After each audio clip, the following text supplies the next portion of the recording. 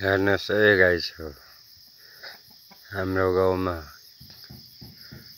Dragon fruit पनि हुने रहेछ नि त। ड्रागन फ्रुट है सुरुवात भएको छ।